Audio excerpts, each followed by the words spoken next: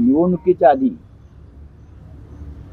त्यांच्या जाहीरनाम्यात असेल, त्यांच्या जाहीर सभांतून असेल, शेतकऱ्यांना 3 लाखांपर्यंत कर्जमाफीची घोषणा आणि वचन, मी याला महायुती म्हणणार नाही बरं का, या कडबोळ्यांना केली होती. त्याच्यात देवेंद्र फडणवीस आहेत, त्याच्यात राष्ट्रवादी काँग्रेसचे प्रमुख नेते आहेत, त्याच्यामध्ये एकनाथ शिंदे आहेत. पण आता हे तिन्ही पक्ष हात वर करतात. विशेषतः अजित पवार म्हणतात मी बोललो नाही.